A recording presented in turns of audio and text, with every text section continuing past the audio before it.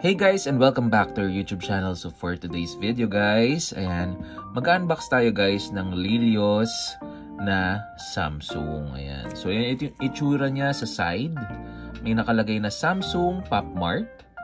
Tapos wala na masyado nakalagay kundi M-Spring. Ayan.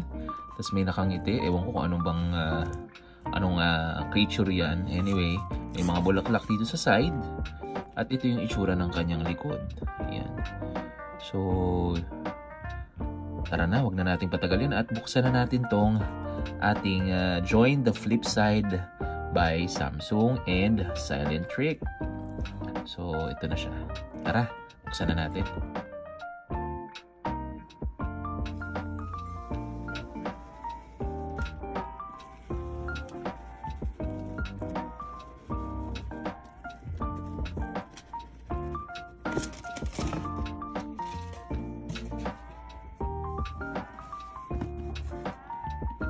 So ito guys, yung unang bubungad sa inyo guys. Ayan. So ito yung foam. Ayan, ang ganda ng card. So itabi na natin yung foam na yan. At ito na. Bubungad sa inyo guys ang napakagandang card ng Samsung at collaboration with Pop Mart. May nakalagay sa likod. Ayan, sabi, "Thank you for purchasing this LAN patch. See you soon and join the flip side."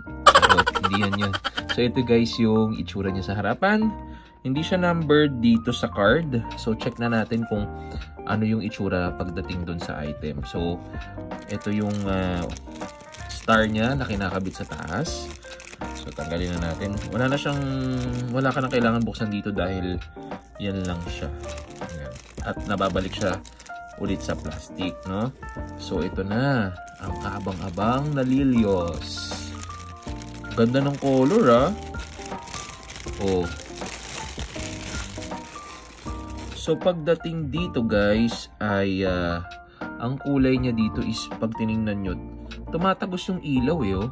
Ayan tumatagos yung ilaw. Tapos nakalagay dito flip kasi nga join the flip side. Pagdating dito sa ilalim, numbered siya 106/300. At lalagay na natin to. Malakas ba? Malakas-lakas yung magnet kahit papano guys, pero pagka ginanyan yung nahuhulog siya. Yan, so baka nandito yung magnet or kung saan man. Yan, yun lang yung drawback guys.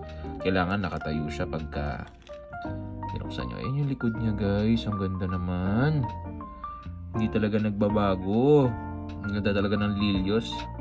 So nakalagay dito guys, nagbabago lang usual yung color niya. Tsaka itong parang glasses niya. At yung likod, halos pare-parehas din ng ibang colorway, no? So, binabago lang nila yung color. Pero ang ganda ng color nito. Isa lang masasabi ko sa kanya, guys, kung nagko-collect kayo ng Lilios, kailangan meron kayo nito. Dahil, maganda siya. Yun lang masasabi ko. So, ang dinagdag lang talaga nila dito ay yung star na nilalagay sa taas. So, para siyang si Paki. Nagbabago lang ng konti, pero iisa lang yung form or yung itsura. So yan yung itsura niya.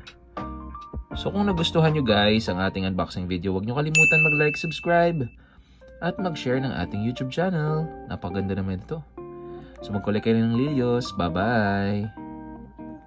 Yun! Luka.